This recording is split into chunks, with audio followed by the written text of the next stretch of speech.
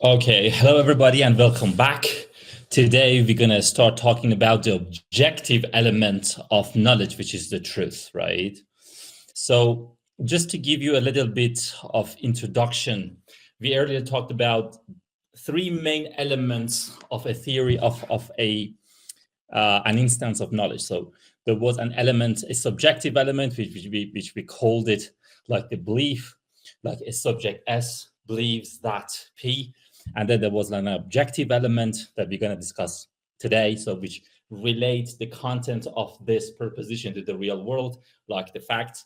And there was like the evidence that we had, which was the justification, which we talked about it earlier. So what links the subjective element of knowledge to the objective element of knowledge is basically what we called justification, which the main theories of classical epistemology revolve around the theories of justification, if you know what I mean. But now today we're going to talk about the objective element, which is the last element. Hopefully Masud is ready to give us a quick lecture in the second half of the session. We're going to talking about it right now. So there are many theories about the nature of truth and about what makes a proposition or a belief true or false. So when we're talking about a belief being false or true, we're not talking about a belief per se. We're talking about the content of a belief, or like what the belief is all about. So you know that belief is an intentional mental state. So it's about something. That something could be that something is actually a proposition. So it could be true and it could be false, right? And that's where that's what the truth bearer, let's say. It bears the truth, right? So it could be either true or false. So there are many theories about the nature of truth and about what makes a proposition or a belief true or false. One of the oldest or perhaps most widely held is the correspondence theory of truth. The correspondence theory makes two main claims. First, a proposition is true if and only if it corresponds to the facts. Second, a proposition is false if and only if it fails to correspond to the facts. So some people say that it's a very like an old theory of truth. However, there are actually scholars who believe that Aristotle really didn't believe in the correspondence theory of truth. That's actually what an Iranian philosopher called Ibn Sina, I hope everybody knows him, he actually advocated this theory, correspondence theory of truth. So Aristotle's theory was kind of different. However, the first complete formulation of correspondence theory of truth is due to Ibn Sina, actually. So advocates of the correspondence theory often add a third claim that the truth of a proposition or belief is dependent on the facts or upon the way the world is. So that's why it is the objective element of a proposition, right? Of knowledge, I'm sorry, because it corresponds, it relates somehow to the facts in the real world. That's why it's called correspondence theory. Why, when a proposition is true, if and only if it basically corresponds to the facts in the real world, right? So such a view is suggested by Aristotle. I'm not really sure that's very, very, very accurate, actually, who wrote, "It is not because we think truly that you are pale, that you are pale. It is not because we think truly that you are pale, that you are pale, but because you are pale. We who say this have the truth," right? So the truth comes from the facts to the propositions, not the other way around. I want to probably I'm going to start asking the people to continue the next paragraph. So let me finish it. The proposition that you are pale, right, is true because you are, as a fact, pale. The proposition that you are pale is true because of, or in virtue of, the fact that you are actually pale in the real world. So basically, the content of this theory of truth is that, well, a proposition is true if and only if it basically corresponds to what is the case, like the facts in the real world. Again, this author suggests that this is due to Aristotle. Some very serious authors believe that this is just incorrect. that Aristotle never thought that a proposition is true if it corresponds to the facts in the real world. Some people say that some serious authors believe that it was actually Ibn Sina who suggested this kind of formulation. So probably it's time for me to stop here. Somebody joined us a little bit late, Saman Farahani, but it's all good. So let me start asking the people some questions. Okay. The first person, Amir Sovizi, are you here? Amir Sovizi, are you here? Probably not, huh? Amir Sovizi is not here, is not even around. So Farshid Rahimi, Amir Masoud Mowaqqatian. Amir Masoud, please. Yes. Hi. Yeah, how are you doing? Thank you. How are you doing? Yeah, I'm just good. I'm just good. How are you feeling about the correspondence theory of truth? The correspondence theory that you was explained, if I'm not mistaken, it crosses my mind the validation, right? Okay.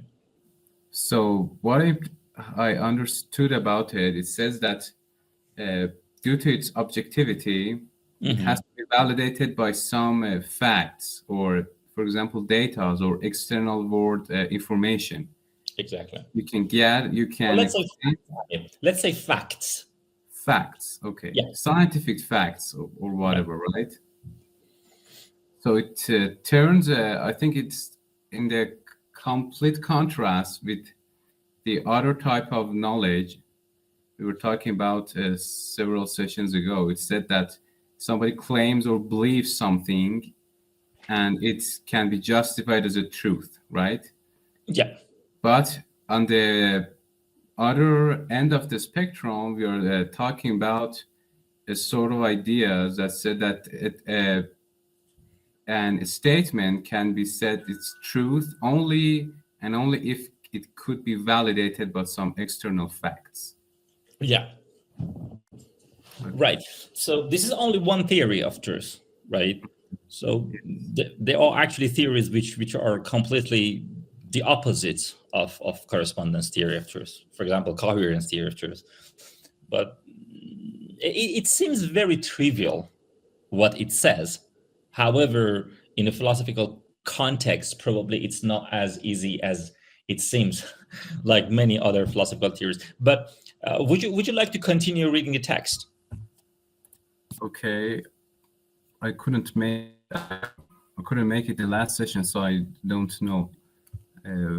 Okay, so you don't know what part of it. So that would be page number 21 of the PDF. Number 21. According to correspondence theory of truth. Got it. According to the correspondence theory of truth, a proposition is not true because of what we believe about it.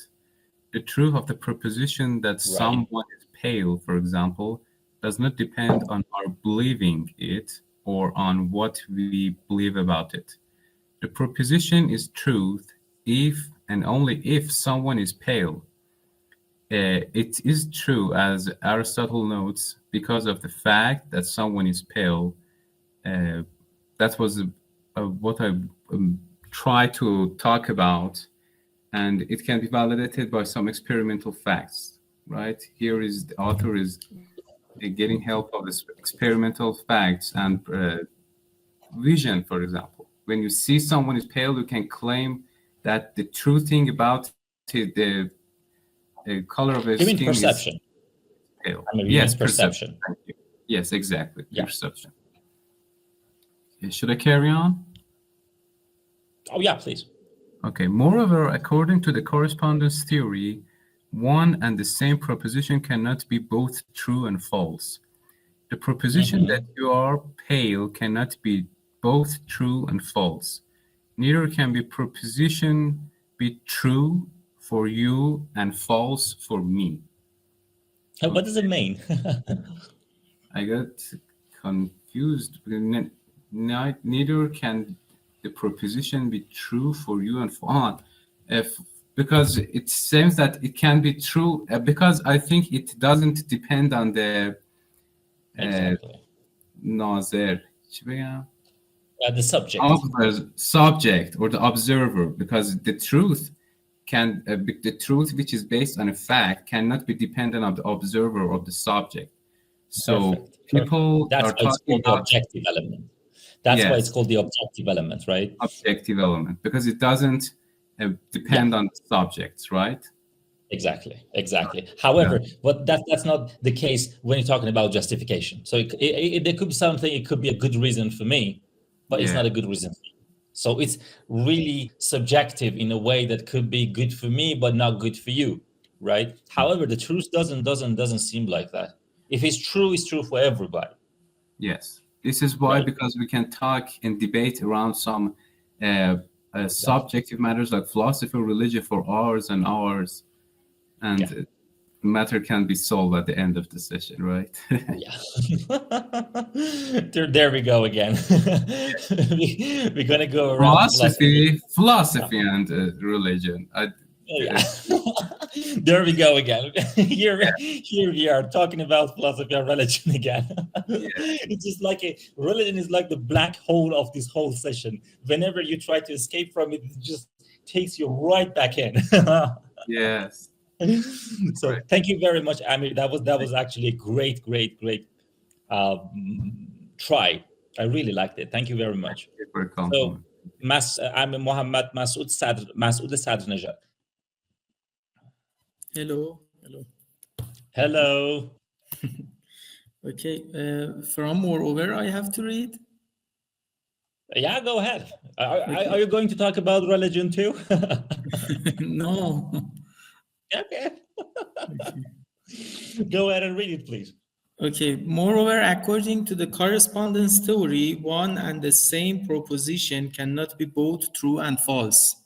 The proposition that you are pale cannot be both true and false. Neither can the proposition be can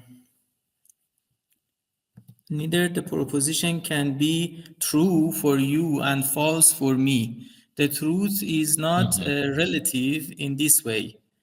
So it is saying that a proposition should be true or false. It can't be both, and it's not relative to the person. It is true or false. It's not depends on the person who is talking about. You cannot have it both ways.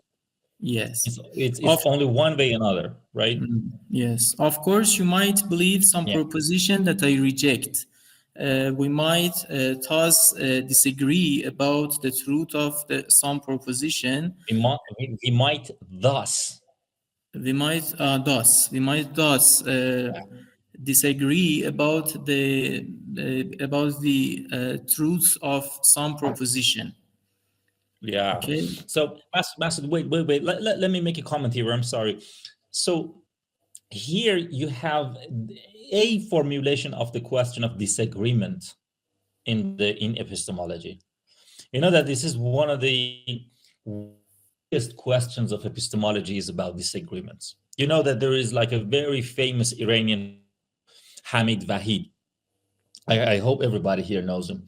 So one of his major area of expertise is about disagreement. He was working on disagreement for a long time. And actually in his book that basically published, I guess, last year. So he applied this very formulation, this very question in the context of philosophy of religion, actually, which was actually some sort of his contribution from the side of epistemology to philosophy of religion, I guess. That was it's been actually translated into Persian in a very nice translation. If you want to take a look at it, you can basically. So this is actually one of the toughest questions of epistemology, the question of disagreement. So Masoud, continue, please. Okay.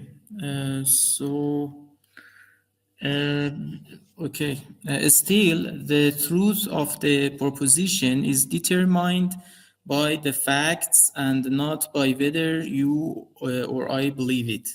Again, suppose that some ancient culture believed that the earth was... Ancient, brother.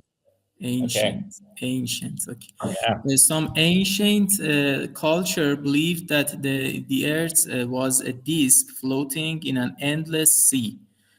Should we say that this proposition was true for them According to the correspondence theory, the answer is no. They accepted the proposition. They believed it was true, but the proposition they believed was false. It did not correspond to the facts. To the facts. So, what is your take on this on this paragraph? Tell me about it. Like, paraphrase this whole paragraph for me, please, Masood. It's not important that what people believe in. It doesn't differ. They should. Our beliefs should match the reality, the truth. The truth doesn't care about what we are believing in, and you know, there is this very famous YouTuber. Do you know this guy Ben Shapiro?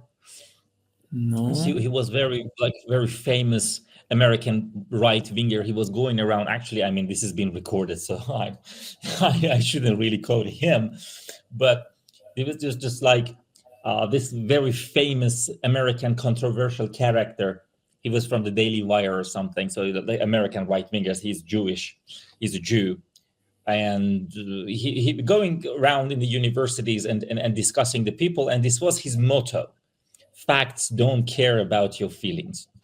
And it was just like, he made a fortune on YouTube and on social media quoting that phrase. I'm not saying that whatever he was saying was correct, but the motto that he was using, facts don't care about your feelings, basically depicted what we were saying right here, according to the correspondence theory of truth. So you could really believe something, you could disagree with something, it doesn't matter, as long as the truth of something matters, your belief doesn't. That's what the correspondence theory of truth basically suggests. All right, Masood, go ahead. Sorry to interrupt you. Go ahead. No problem. Still, let us consider the following objection. Suppose that Jim is. Wait. Probably you tell me about your understanding of the paragraph, because the rest is going to go for somebody else. Okay. What? I mean, tell me about your understanding of the paragraph. The other paragraphs, I'm going to ask somebody else to read it if you don't mind. My understanding of what paragraph? Which paragraph? The previous one. The previous one? Yeah. Do you have any comments about it? Because I want to ask somebody else to continue reading. Okay. No, I don't. Okay. So thank you very much, Masood. That was great, actually. Very good attempt. So Amir Reza Mobini, are you here? Hello. Yeah, I'm here. Hello. Okay, Amir Reza, go ahead and continue, please, for me. Sure. Still, let us consider the following objection. Suppose that Jim is in London talking to his brother, Tom, in New York. Jim looks out his window, sees the rain falling, and says, "It is raining." Tom looks out his window, sees the sun shining, and says, "It's not raining." Couldn't they both be right? Isn't this a case where a proposition is both true and false? Of course, they could both be right. In fact, given our description of the case, each of them is right. But this doesn't show that one and the same proposition is both true and false. We should say that proposition that Jim accepts is that it is raining in London, and the proposition that Tom accepts is that it is not raining in New York. Each of them accepts a true proposition, but they do not accept the same proposition. So what is the objection? What is the answer to it? You want me to paraphrase the paragraph? Yes, please. It says, I think it is more about language and the sentence structure. It says you have to make the sentence clear under which circumstance you are claiming a sentence. And you cannot say the same sentence is right in every place. Yeah, Amir Reza, let me tell you my understanding of this case. So this case is supposed to be like a counterexample to they claim that a proposition cannot be both true and false. Say, well, Jim and Tom, one of them is in London, one of them is in New York. Yeah. In London, it is raining. In London, it is not raining. In New York, Tom says it is raining. Jim says it is not raining. Well, is this a same proposition? What you say is that, well, these two sentences, they do not express the same proposition. And I think you are perfectly right. Well, because these sentences contain indexicals. This, it is, like they're referring to something, right? Well, Yeah. These are expressing different prepositions. So it is not the case that one single preposition, same preposition, is true and false. Basically, when Tom says it is raining, he is referring to something else. He is referring to London, basically. And when Jim says it is not raining in New York, basically he is referring to New York, right? So they are not really believing the same preposition. So this is not really counterexample to correspondence theory of truth, right? Yeah, you're right. In English, for referring to the weather, it is really common to say it is raining. Yeah. And yeah. This happens here. Right. Would you like to continue? No problem. The correspondence theory of truth is old and widely held. There are, however, objections to the theory. Some object that unless we have some explanation of what it is for a proposition to correspond with the facts, the theory is not very informative. Others object that the theory is uninformative because the notion of a fact is obscure. Yet others would say that one cannot explain what a fact is without making use of the concepts of truth and falsity, and therefore the correspondence theory is circular and ultimately unenlightening. What a nice wording. Yeah. So guys, just I mean, I'm sorry. So guys, please keep in the mind that if you want to, you can, it's very good for you if you can memorize some of the wordings in here. So for example, if you want to say, so, thus this theory is unacceptable, you can use this kind of wording, unlightening, right? It is circular, it is uninformative. So please make sure that you learn and you memorize all of these descriptions so you can use it in your own writings. Amir Reza, go ahead. Tell me, probably there was like 3 objections to correspondence theory of truth, right? Yeah, the first one is you have to have an explanation of a proposition to make it match with the facts. It says that you have to make it as clear as possible, or as much as clear, to match it to the fact. So the short propositions cannot be true in this correspondence theory. This is the first objection. And the second, it says it's not informative. The first one basically says that it doesn't tell you much, right? It says it doesn't tell you much. It says that a proposition is true, probably if and only if it corresponds to the fact. But here, the question is what it is for a proposition to correspond to the facts, right? So what the objection says is that, well, you're not really telling much if you say a proposition is true if and only if it corresponds to the facts. Because the question is, that's the question. What it is for a proposition to correspond to the facts, right? So that's the first objection. Go ahead, Amir. Go ahead. You mean that if the proposition matches with the facts, it is not enough to say the proposition is true? My understanding is that the objection is when you say a proposition is true if and only if it corresponds to the facts, it is not really telling you much, the objection says, because you have to explain first what it is for a proposition to correspond to the facts. That's the first question, right? Apparently, this objection says you are not telling much when you say if a proposition corresponds to the facts, then it is true. That's the question, how a proposition corresponds to the facts. You're not explaining that part, so you're not telling much, right? I see. So it lacks methodology. Right. Or proper explanation, let's say. Proper explanation. Yeah. It's, And the it's second, under-informative.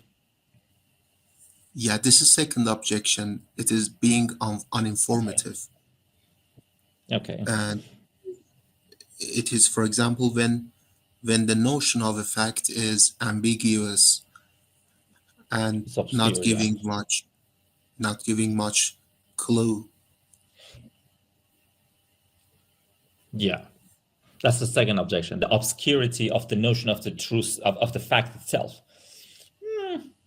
I mean, probably one can say that about every single notion in philosophy across the board, right? The notion of fact is obscure. The notion of truth is obscure. The notion of a preposition is obscure. The notion of a sentence is obscure. Everything in philosophy is obscure. I'm not really sure that's a very good objection, though. What do you think about it, Amir Reza? Well, you are right, because in every discourse, the meanings of words could be different. For example, one may consider the fact as something that is always right, and the other may consider it something that shall be the right thing. Yeah, and probably like in philosophy, everything is obscure. It's not really specifically true about this context. It's true across the board. Like when you're talking about existence, when you're talking about things, when you're talking about events, everything is obscure. So what about the third objection? Yeah, you're right. And sir, what is the main idea of correspondence theory of truth? Is it like based on true and false? Oh yeah. So this theory, the main claim of this theory is to relate the notion of truth and falsity, reduce it to the depending on the facts on the real world, in the real world. So it basically gives you a criteria to say when a proposition is true, when it is true, when it corresponds to the facts in the world. Oh, you're right. And I think the Kant is one of the cons of this theory. Who? Immanuel Kant? Yeah. How? His philosophy is not based on objectivity. I'm not really an expert on Immanuel. That's a very, very complicated philosophy, by the way. That's a very, very complicated philosophy. So I probably prefer to avoid reading that guy.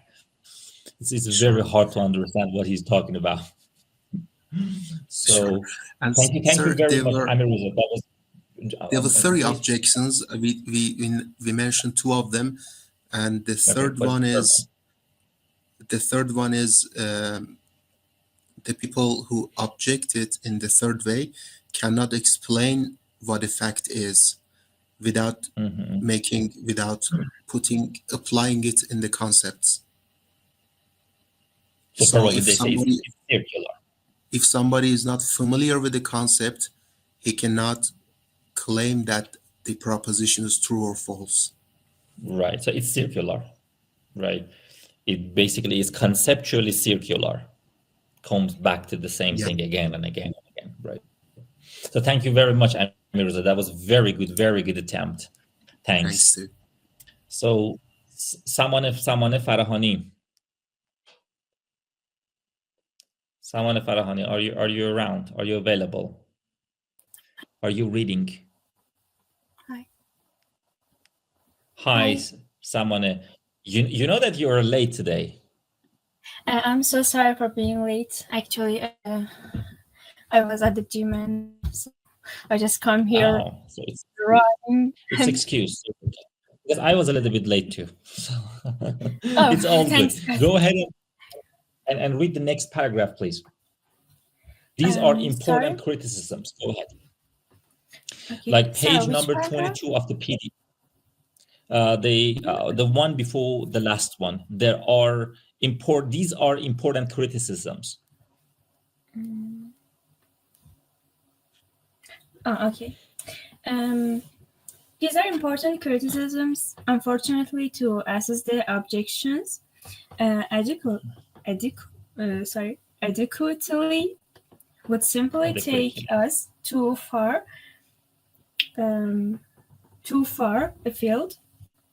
Still, the basic intuition that the truth of a proposition depends upon the fact has proved stubbornly resistant to criticism.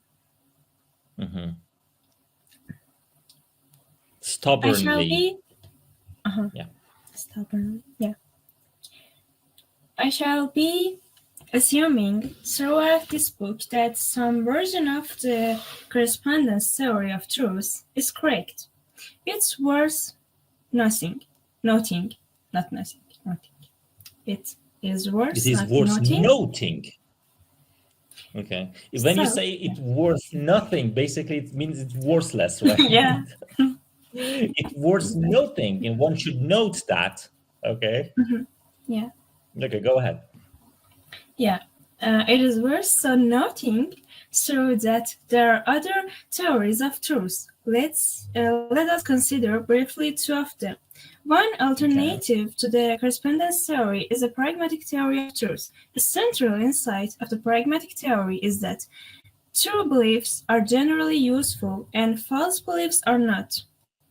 So what's the main motto?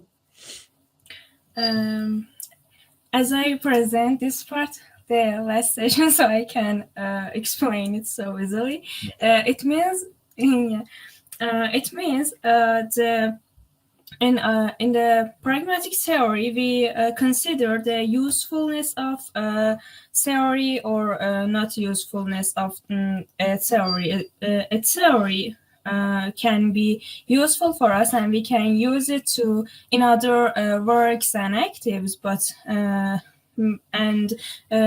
what make the sentence or proposition true is the useful of that, to being useful of that proposition. But if it's not useful, so we consider it as a false proposition. Okay. Okay. Yeah. If a doctor wants to, if a doctor wants to cure a patient, it's useful. Cure a patient. Okay, yeah. If a doctor wants to cure a patient, it is useful for the doctor to have true beliefs about what will cure the patient. If a man wants to go to Boston, true beliefs about which road to take are generally more useful than false beliefs. Noting this connection, the pragmatic theory tells us that a proposition is true if and only if believing it or acting on it or would be useful in a long run. Roughly, a belief is true if and only if it is useful to or expedient. William James. Expedient. What? Yeah. Just go ahead. William James. The great American pragmatist, wrote, "The truth is only the expedient in the way of our behaving, expedient in almost any fashion, and expedient in the long run and on the whole course." Okay. Suppose that. I mean, just to stop, please. In a way, I mean, this pragmatic theory of truth is very revealing. Probably, like, if somebody wants to name the most scientifically worthy theory of our time, probably we should talk about evolutionary biology, right? So the other parts of science are too theoretic, but evolutionary biology is basically confirmed overwhelmingly in a way that nobody could really deny it. However, according to this evolutionary biology, the fittest will survive, right? So when you're talking about like going to Boston, you have to take the right path to go to Boston. Yeah. So, but the road which takes you to Boston is the true one, is the correct one. The correct way that takes you to Boston is the useful one, right? because you want to go to the Boston. So in a way, at face value, sometimes people may think that this pragmatist theory of truth is not really worth considering. However, I'm not really sure about that. It's a very deep theory, because in the evolutionary biology, we have something about the survival of the fittest, right?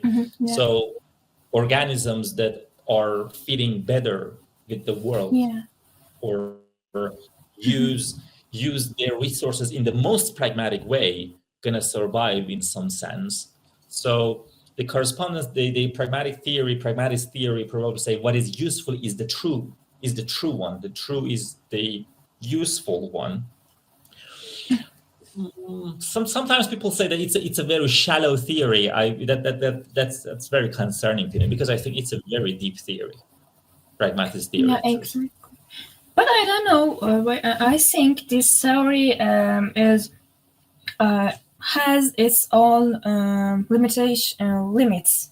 It has own limits, because if we want to talk about something like about art, can we use this theory of them when we want to talk about art and beauty, aesthetic?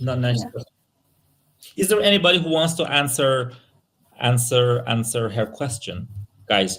Do you think that there is any sort of truth in the context of art?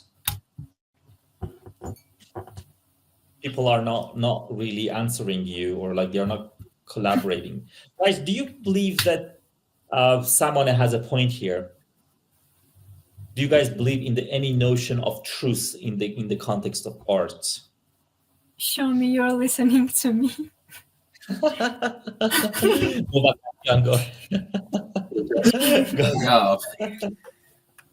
In fact, this point of view is very practical in the thing that we are all engaging in, that is named technology. I think it is the most limited theory that applies to the technology. In technology, what is the truth is what is working, what is more efficient, what is improving, and what is working in general. So it's a domain, I suppose, the technology domains, that this theory works very well in it.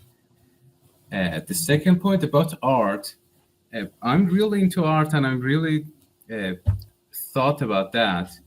Maybe this is some truth in art, but it is not as explicit as other kind of, let's say, information, like literature or science. When you are reading a novel, even when you're reading a scientific paper, or when you're reading a physical formula, you can explicitly understand what's going on and what's the point of the writer or author. You don't have author, the composer, whatever. Author. You don't have to interpret it. But when you are looking at a Picasso, you cannot understand. For me, I'm talking personally, I cannot claim that I understand something in it. Maybe I can give an opinion about the composition, the relation between the colors, and maybe I have read something about the cubism and understand what's going on that portrait or on the painting. But I cannot explicitly say that there is truth in it. But I personally believe there is some kind of hidden, let's say, or unconscious or implicit truth in any piece of art. Otherwise, maybe some sort of hidden truth. Yes. Maybe this is why millions of people along the time and regarding the divergence in culture and time and existence can relate to Beethoven's Ninth Symphony or Van Gogh's Starry Night. If it was the other way, I think it would be impossible for millions of people can be related to some painting or some piece of music, and all of us can enjoy it. He actually dropped some avant-garde pieces of art. Do you guys know what avant-garde is? Yeah. Yeah, like, I mean, it's there's sometimes, yeah. So like a classical music is sometimes very hard to understand. So like, if you listen to pop music, probably it's just like very easy to get, very easy to relate to, especially if it's about some like romance bullshit, right? Yes. How you're listening to like something like Beethoven, like Bach, like a lot of other huge composers of music in the European history, they are very hard to understand. Very hard. If you if you are a musician, you can see the sheet music. I mean, the notes, sheet, not the sheet music. Probably that's not really appropriate term to use in a formal class. Yeah, sheet music, the page that all the notes are written on it.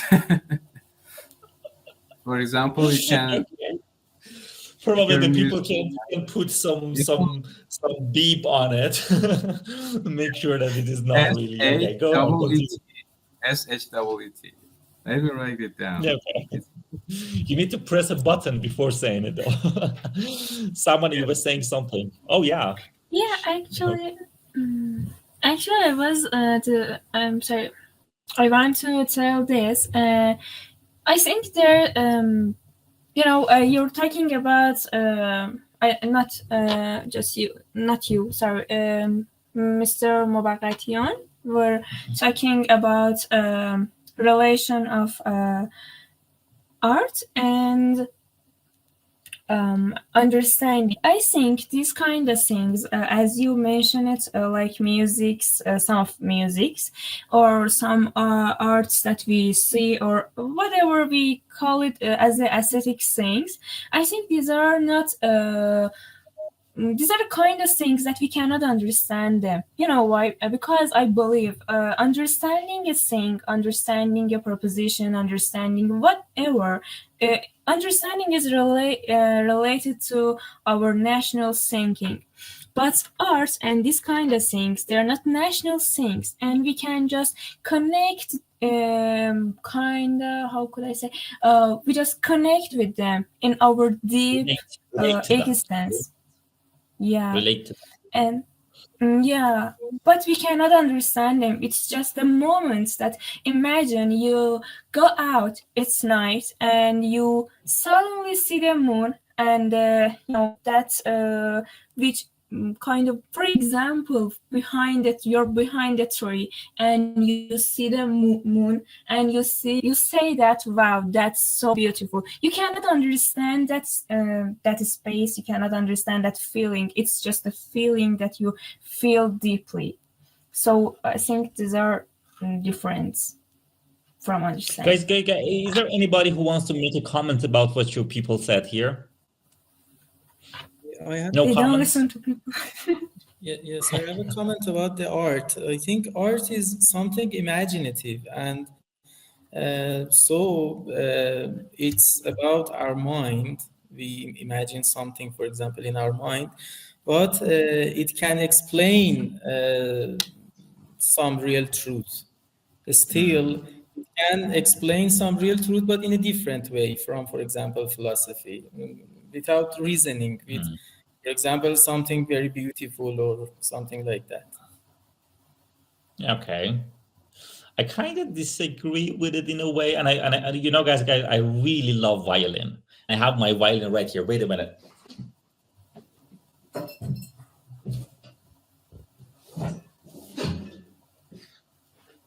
Guys, you seen my violin before?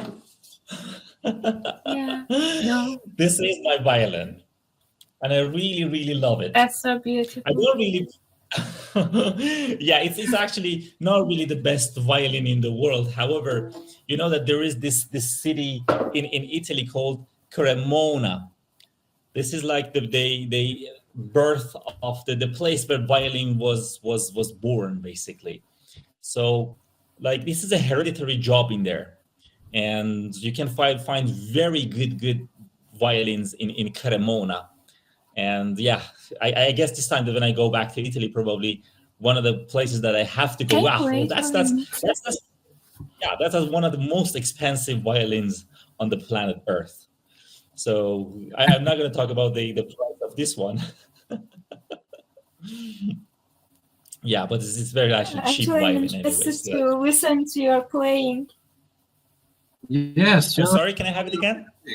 Share us some of your musics in the group. I'm really willing to listen to them. Well, that would be embarrassing. That would be embarrassing, honestly.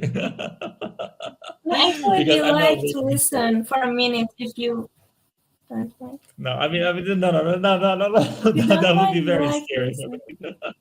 Just guys, for a minute. Let's have a. But no, this is being recorded. Someone, I'm not gonna do that, please. So let's have a 10 minutes break, and then we're gonna come back, and then Masoud gonna talk about. They're gonna present. So we have a presentation today. Masoud is very confident. He didn't even call me. This guy is just brave. So let's hear what he has to say. And guys, please challenge him. Please start engage in a conversation with him. Show him that he couldn't do it without me. Okay. So, okay, welcome back to the second half of our session. Here we go. Masoud, the floor is yours.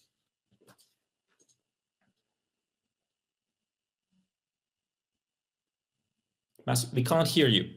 Masoud, please open up your mic. Okay. Can't hear you properly. Okay. So my presentation is about epistemic justification.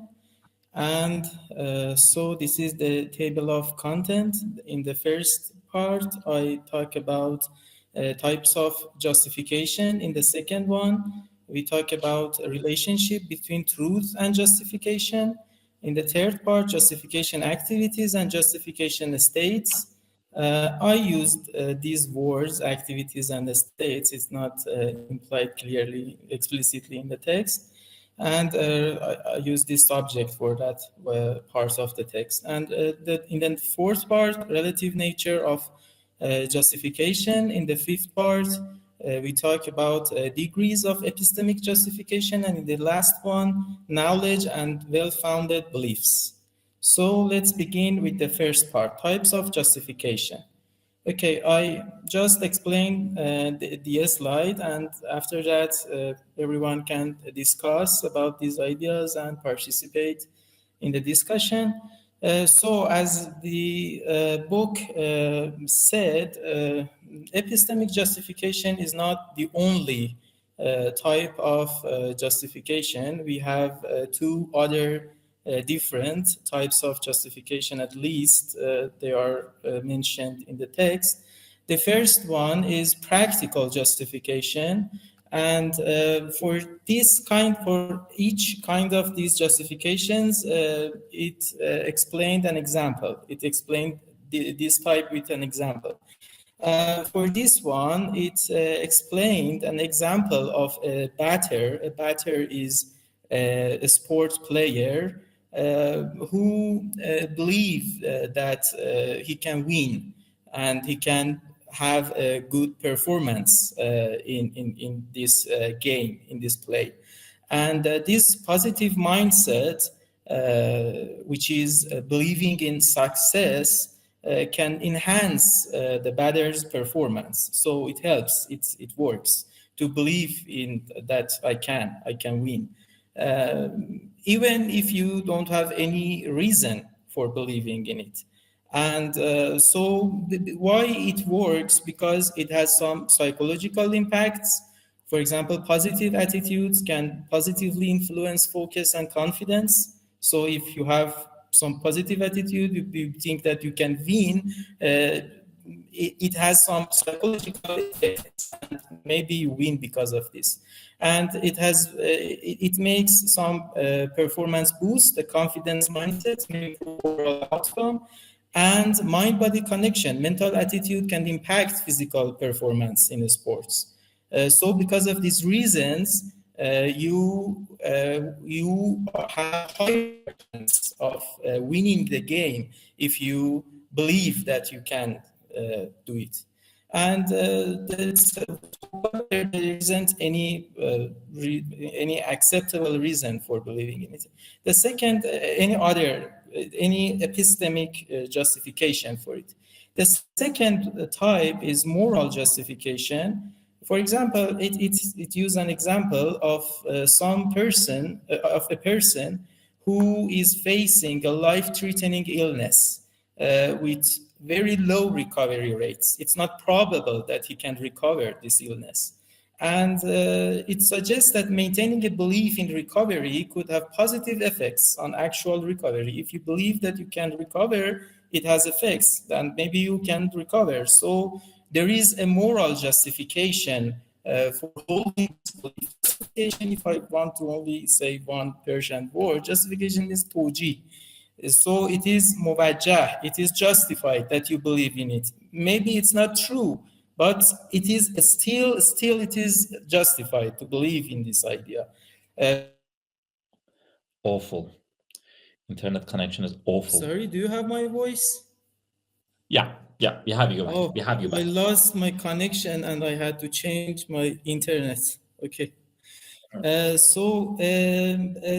third one is epistemic justification. This kind of justification is required for knowledge.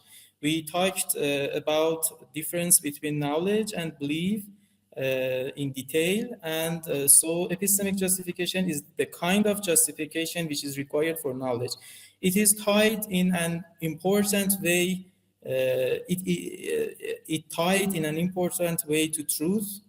And one is epistemically justified in believing a proposition. If one is epistemically justified in believing a proposition, then it is likely to be true. It's more likely to be true if you are epistemically justified in believing in a proposition. And in the next part, we talk about the connection and the difference between truth and epistemic justification. There are some philosophers believe that there is a distinction between these two concepts, and we talk about it in the later part of this presentation. Okay? Do you have? If you want to say something, you can open up your microphone. Masoud, can I only say one thing? I mean, Yes. if the others want to say something. So I mean, this is actually a great presentation. However, I just wanted to add only one comment to it, that when we have the justification, we are aiming for the truth, right? It's an open question whether we hit the truth or not. However, it is our best bet. If I'm fully justified in believing that something is the case, it is not a guarantee that that thing is actually true, but this is my best bet.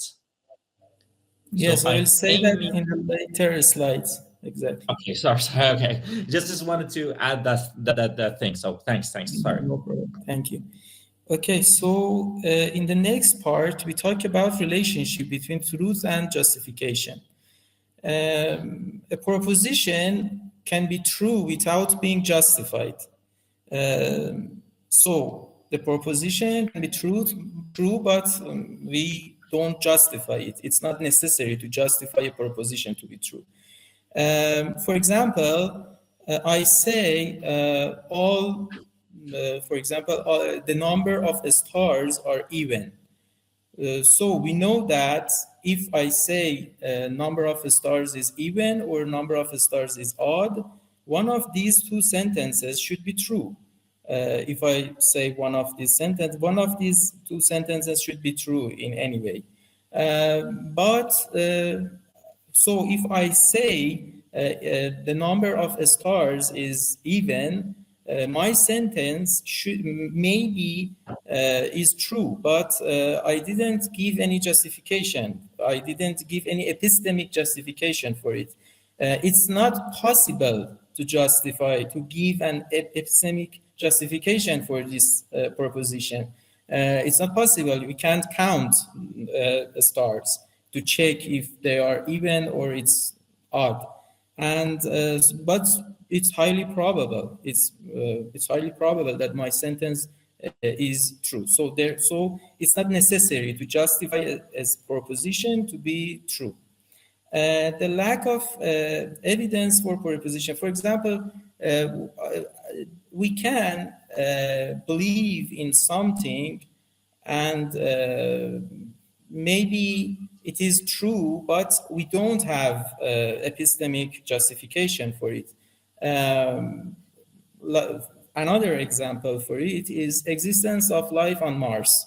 Maybe there is an existence of life on Mars, but currently we don't have any epistemic justification for believing in it.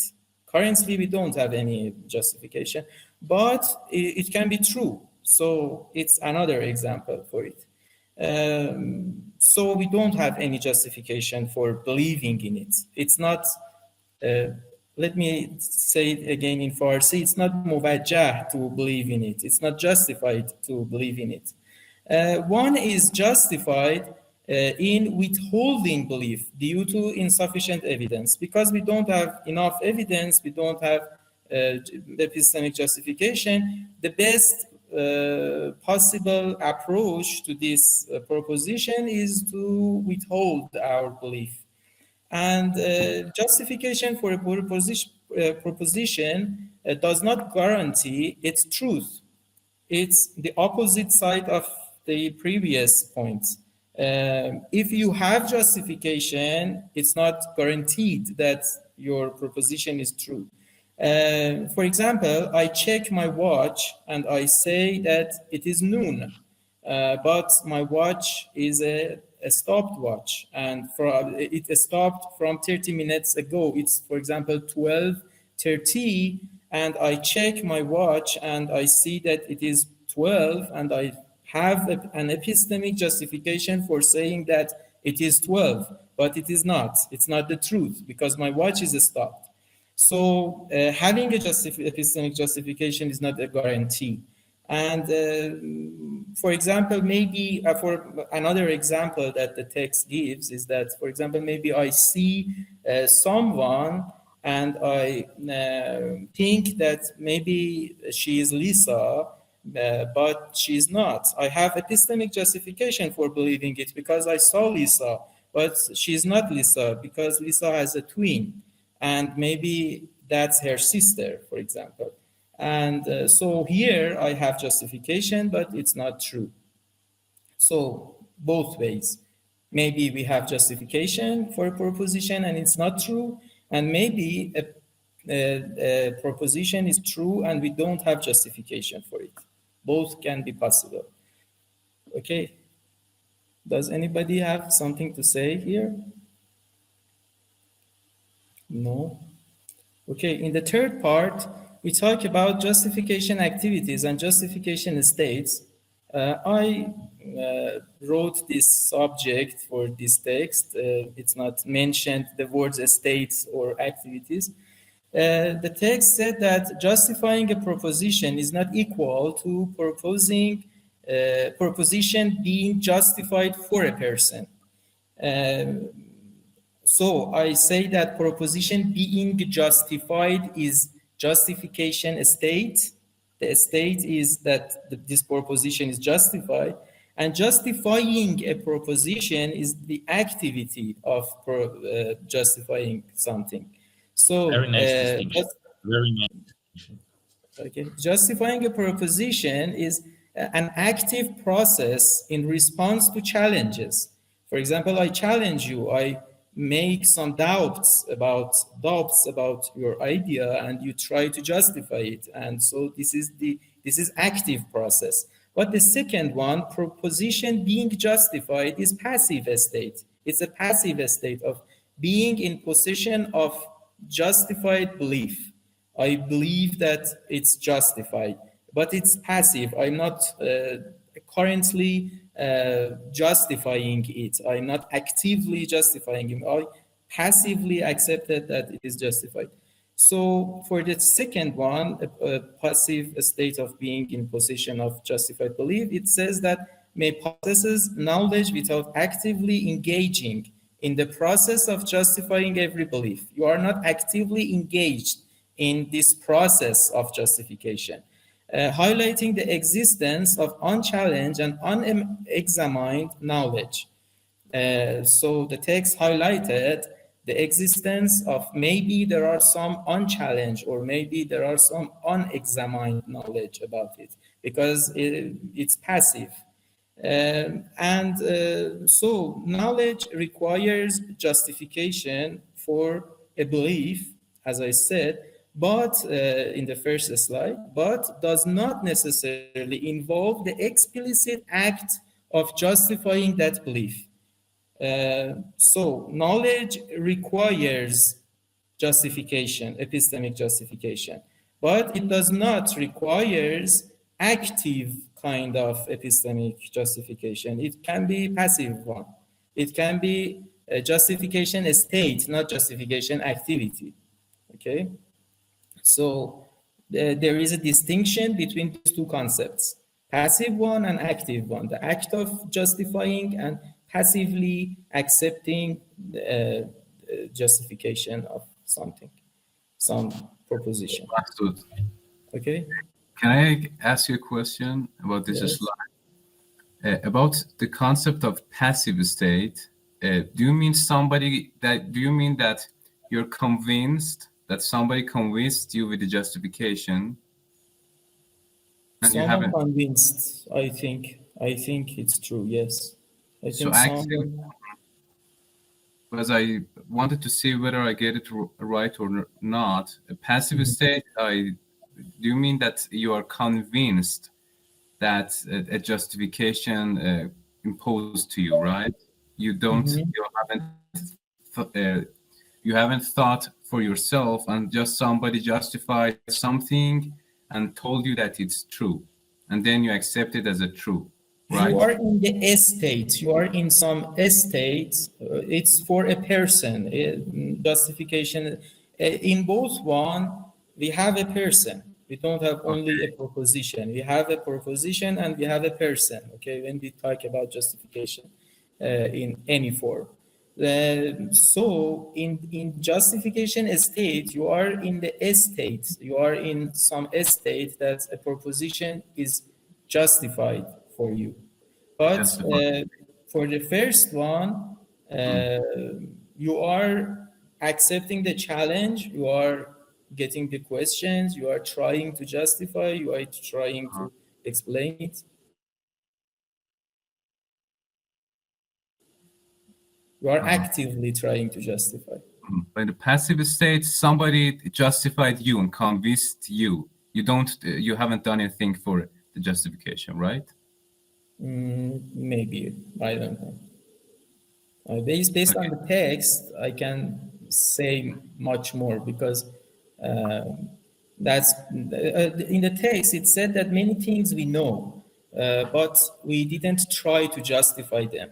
Okay, we know so many things, and it's justified for us. We are in the estate. We are in this estate, but we have never tried to justify them. Never tried. Maybe but how it is epistemically justified if we didn't try to do it, I don't know. Maybe another person have done it for us, right? Yes. Can I add something here? I wanted to ask your opinion as for guidance, Mohammed, please. Yeah, sure. Yeah, I mean, Masoud, if I'm just one clarification. Yes, of course. Yeah. So this, when we are in a passive state, we take things for granted, right? For example, you consider those beliefs as true. However, your justification could be just a piece of testimony, right?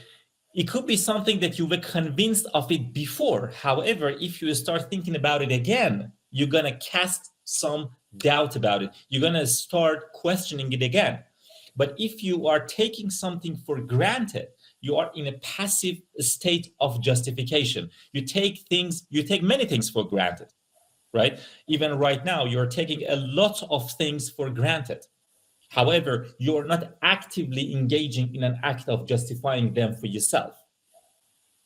So if you start questioning or reconsidering a belief, then you are coming out of this passive state of justification. Does it make any sense to you? Yes. Yeah. Masoud, how about you? Do you think Yes. that clarifies, sheds some light on this whole thing? For the main point is that justification is not a universal notion. Something could be justified for you now. However, if you start thinking about it tomorrow, you're going to change, right? So if you take things for granted, you already had some sort of justification for it. However, you can start questioning it again. And then you will start questioning it. For example, let me ask you, let me give you an example. This is Christmas. When you were a kid, you believed that Santa Claus were bringing you gifts, right? I mean, not us, for example, some typical kid in the US, for example, right? So they had this belief that Santa is going to bring me some gift across the chimney, for example. And that was justified back in the day because you had the testimony from your parents. And then on the Christmas night, you will see the gift, right? However, when you're getting older, you're coming out of this passive state. You reconsider this belief, you grow out of it. You realize that Santa Claus isn't real. Right? Guys, are you hearing me? Yes. Right. Does it make any sense? Yes, completely. I think Masoud's video is frozen. Masoud's video is frozen, I guess. Yes. Are you sure? I mean, mine too. Okay, so probably both of us. For me, it's okay. It's okay. No, it isn't. Okay, so probably it's my fault. So you continue, please, Masoud. I turned off my webcam. Let me turn on it again. Oh, I can't. I don't know why it's hanged. Let me refresh the page. Yeah, I'm sorry. Sorry, guys.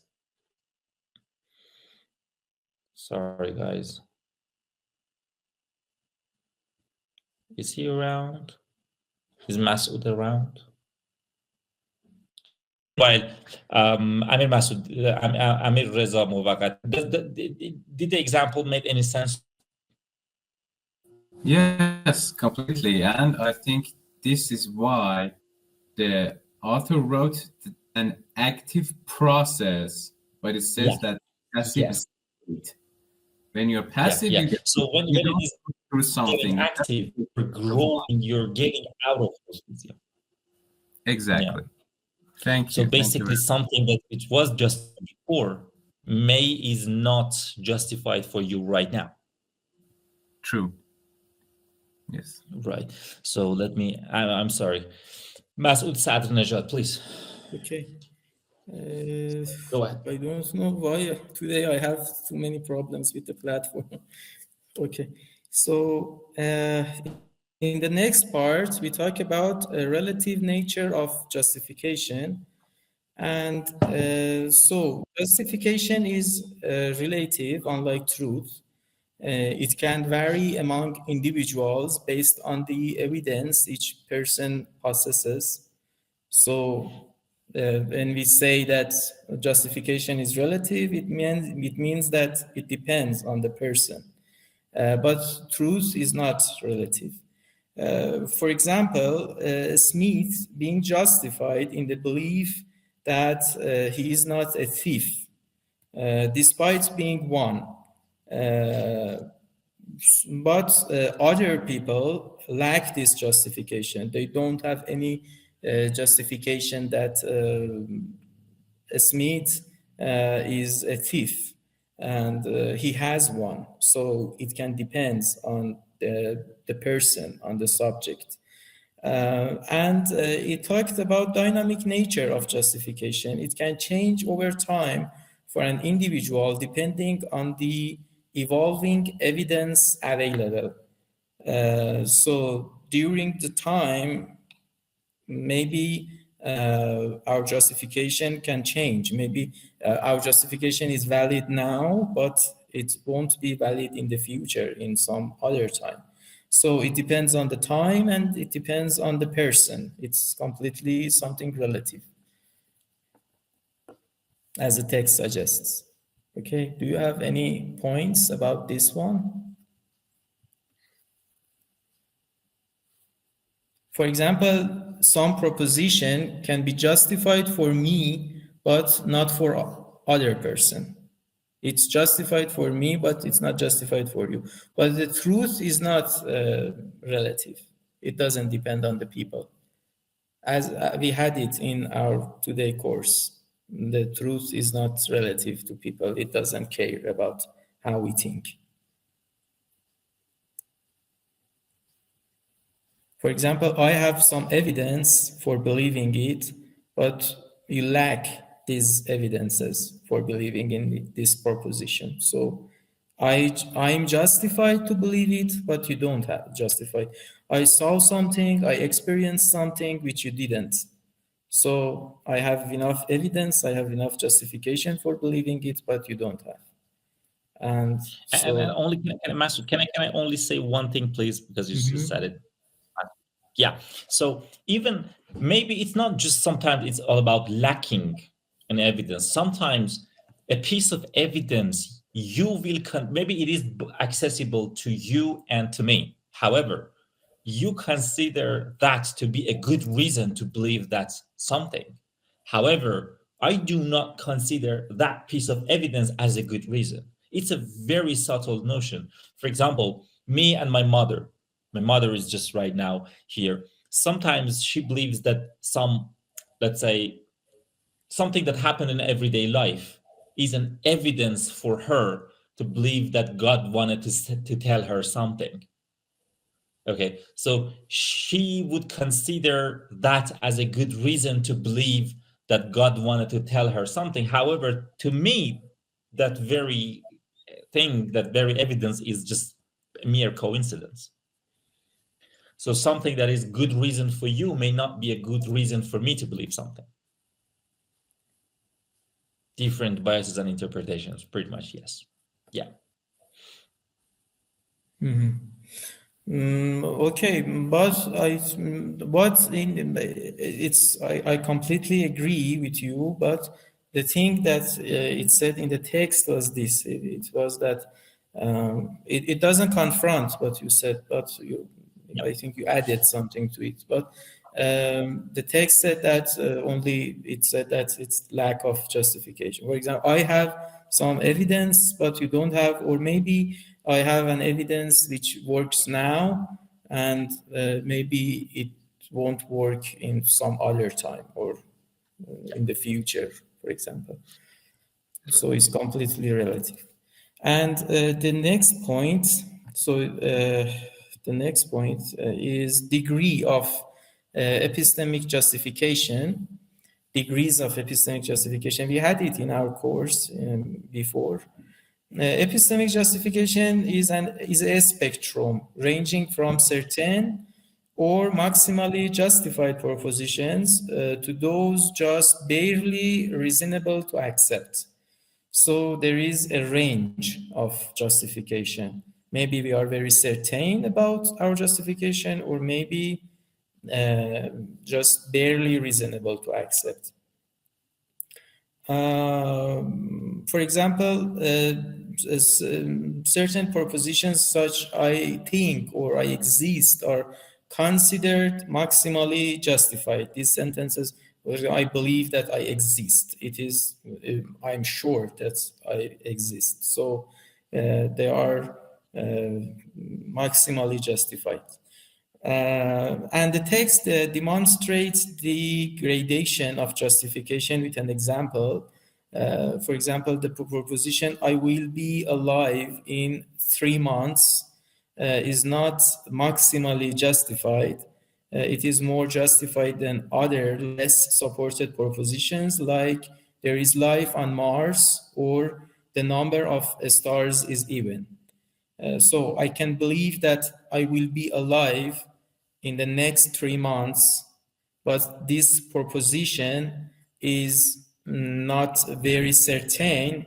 I'm not sure that I will be alive in the next 3 months, but it's more epistemically justified than, for example, there is a life on Mars. I can't talk about it like this. So there is a spectrum, there is a range of justification. So the text explores what degree of justification is required for knowledge. And it said that not any level of justification is sufficient for knowledge, using examples like predicting one's own future or drawing a marble from an urn. So I didn't got the exact idea behind these examples, but it said that not any level of justification is sufficient for knowledge, as it said. And while arguing against the idea that knowledge requires certainty, the text posits that most defenders of the justified true belief account would agree that knowledge necessitates a high degree of justification, even if not maximal. Okay. So it's not necessary to be completely justified for JTB account of knowledge. It's not necessary, but high degree is, I think, necessary. Yes. It's required, let's say. It's required. Yes, to say necessary, you know, bringing modalities into it gonna make it even harder. So probably you'd have to say required for one, yeah. And in the 6th part, it talked about knowledge and well-founded beliefs. There is a distinction between knowledge and well-founded beliefs. A proposition being justified for a person is not equal to, there is a distinction between these two concepts. A proposition being justified for a person and being well-founded for a person. So there is a difference between being justified for a person and well-founded for a person. So what is well-founded? Well-founded for an individual, if a proposition wants to be well-founded for an individual, it must be justified for them, and they must believe it based on their evidence for it. Not only do they have good reasons for believing it, but they also believe it based on those good reasons, making their belief well-founded or justifiable. It means that maybe you have a justification for some proposition and you believe it, but it's not well-founded. How it can be possible? If you have justification and you believe it, but you don't believe it because of that justification, okay, not because of that evidence, so it's not well-founded. It is justified, but it is not well-founded. So there is a distinction between justified and well-founded. And it said that it said some example of John's and his serious illness. John's has a serious illness, and it has some excellent evidence for a full recovery. He is sure that he will recover, and he has very excellent evidence for it. But John's believes in his recovery based on some poor reasons. For example, a tea leaf reader or some myth. A tea leaf reader's prediction because of, for example, a tea leaf reader's testimony or prediction, he believes that he will recover. It's not based on some good evidence, his belief. Or wishful thinking. He wished that he will recover, and so he believes that. He believes that because he likes that, because he likes that it will be true. And so it's not well-founded in this example. While the proposition that John's will recover is justified for him, it's completely justified, but his belief is not well-founded because it's not based on the strong evidence available to him. And it raises doubts about whether his belief qualifies as knowledge. So can he say that I know that I will recover? Can it? Is it knowledge or it's just a belief if it's not well-founded?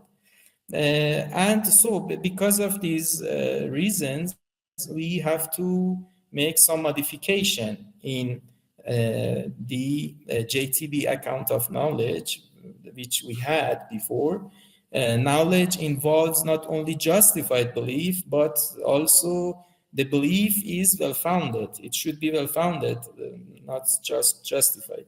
So if we want to make some revised definition, we have to say that S knows that P, if 1, S believes that P, 2, P is true, we had it before, but we added this third part, and 3, S's belief that P is well-founded, indicating that knowledge requires belief based on supporting evidence.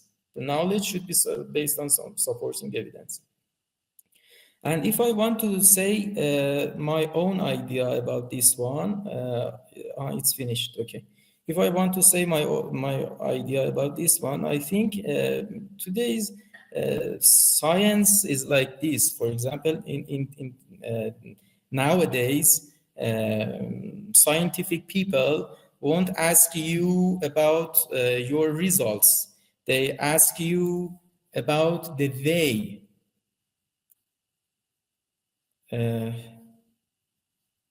Okay, I think.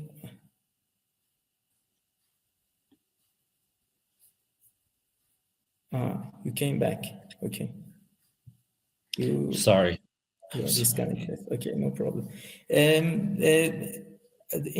Nowadays, I said that nowadays, scientists don't ask you about your results. They ask you about how you found that. You have to prove the way that you found those results is scientific and is, for example, it's sound and it's complete and it doesn't have any problem and the method you used is correct. Methods are more important than the results, and they check those methods. Most of the papers are talking about their research method, their research approach, and how they found it, and it's more important, I think. Even if you found some truth with just some random way or something not justified, it's worthless in today's world, I think. Okay, it's finished. If you have comments or if you have... Okay, guys, please, I think Masoud, an awesome presentation. Thank you very much. That was just great. Please, guys, please join me to say thank you to Masoud. Thank you. It was a fascinating presentation that was very technical. Actually, you basically surprised me with the level of precision I could see in your presentation. It was very detailed. Thank you very much. That was awesome. Really hats off. I was impressed, actually. I was impressed. Thank you. Guys, do you have any comments, any questions for Masoud? You do? If you don't, probably like the next session. I think someone is talking. Yeah, I'm sorry to interrupt you. It was a great presentation, as you told. It was unparalleled compared to mine, and I really learned a lot. It was, I could say, without any fault, without any ambiguity. I really enjoyed it. Thank you. You're welcome. Thank you. Thank you very much, Amir. Is there any other comments, questions, points, anything you want to say to Masood? If not, probably we're going to talk about Mowaqqatiyan. You're going to have the next presentation, okay? I think I can't because I don't want to make an excuse, but I have to travel at the weekend, and it takes to the Saturday. So if there is anybody else, I would be grateful if we can. So probably we're gonna open it for like discussions to say who is willing to present for the next week. And once again, I have to say thank you to Masood and thank you everybody for coming out here. I want to say, I remembered something to say. I think we can look at moral propositions with this lens, with this perspective. For example, as I know, there is, I heard it from Mustafa Malikian. I think you know him. He's a very famous guy. Yeah. And he said that morality can be relative because, for example, he said some example for it. There is a place in the world that people believes that killing old people is completely moral because they are useless. They can't produce anything. They just consume the resources and they can't create any value. And the person should live as long as he or she can produce something, can make some more value, can add something to the world. And when you can't, when you are retired and you are very old, there is no point in living, in continuing your life. And the value of life is to add something, to create something. And because of this reason, they kill their, for example, parents when they reach to some age. And they think that it's completely moral. For them, it's completely justified. And the interesting part is that those people think that abortion is killing someone, and it's not moral. It's immoral, I think. Yes. Amoral, yeah. Yes, it's immoral to for example, it's killing your child, and you can't make abortion. But in the modern world, we think completely opposite. Yeah, we even respect old people and our parents when they become older. But we think that, for example, most of us think that maybe, I don't know, that abortion is the right is the right of the woman to not wanting is her child. And so it shows that how relative can morality be. Oh, yeah. How it actually, I completely agree that it shows how complicated moral judgments could be. And even right now, talking about abortion, if you take the viewpoint of the right-wingers, American right-wingers, the people coming from the church, they would say it's just killing a baby, right? Just like the people you just mentioned. However, if you go to the left side of the world, the people who are more liberal in that sense, probably they will say, well, my body, my choice, it's the women's right to like have their own kid or to abort the kid because it's their own body. It's a part of their body. I mean, yeah, it's and like the two different sides of this spectrum are barely engaging in a meaningful conversation because it's just very morally loaded. So they are feeling very strong about what they say. It's killing a baby is probably very strong. And I completely agree that this kind of discussions could shed some light on the ongoing debates about different political issues, including abortion. So very nice point. Yeah, I mean, if the people can come together, like talk reasonably, make well-founded beliefs in that sense, the world would have been a lot easier to maintain its composure. However, many times it's not like that. For example, if you have ever engaged in a political discussion, or have ever witnessed some sort of American political discussion, especially, you could see that they are accusing each other either of murder, right, or of being barbaric. So the left side would say that you are some backward barbaric type of a person. The other said, well, you're a murderer, you're killing a baby. It's a very, very heated topic right now in the United States and in many other places in the world. I completely agree with you. Not that I have a well-founded belief about the legitimacy of either side, but yeah. Even in Iran, I guess the people who are tend toward more religious beliefs, they would say that abortion should be criminalized. Actually, it is criminalized in Iran, right? It's a crime right now, yes. right?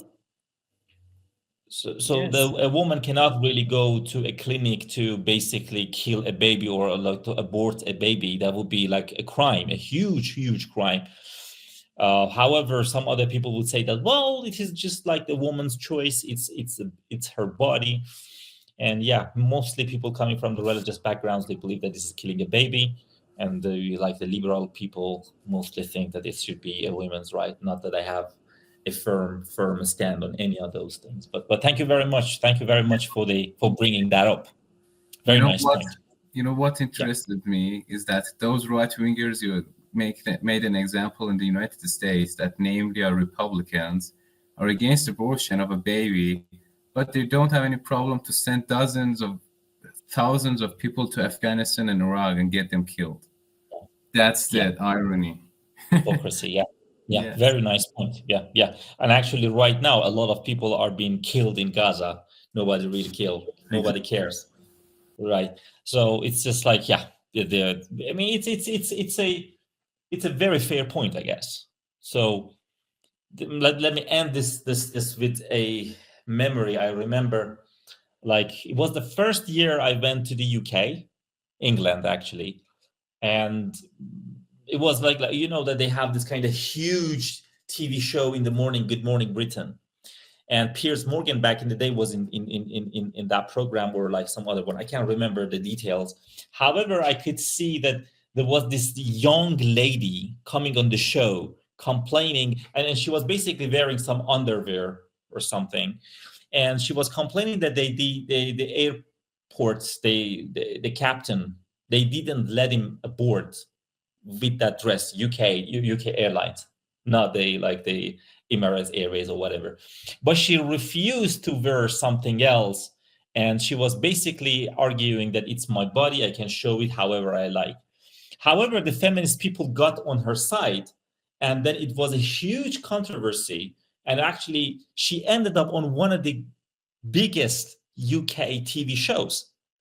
And I was like some Iranian guy, and it was the first time I'm going to Europe. And I was thinking to myself, man, these people really think too much of themselves. How about the ladies who are being deprived of their basic rights to educate in Afghanistan? So you feminists, you care about women. However, you will never bring that up. But if this lady is basically wearing an underwear and wants to go to the airlines, you care about that. But you don't care about the ladies cannot really having basic education in Afghanistan. That's just hypocrisy to me. Yeah, I don't know what you guys think of this, but I think this is just like bullshit. Like sorry to say it, but it's just like how you could be really caring about women if you don't care about something very huge like this, but you care about this. This lady doesn't want to wear something. I don't give a damn what she's wearing. I know this is being recorded, but all good. But this is all good. So any other comments, guys? Points? No. So probably everybody, we need to say thank you to Masoud again for the awesome presentation. And probably we need to have a vote who's going to present next week on the group. and see you guys next week. So y'all have a nice evening. Bye-bye. Bye-bye. Good night, and thank you, Bye-bye. both of you.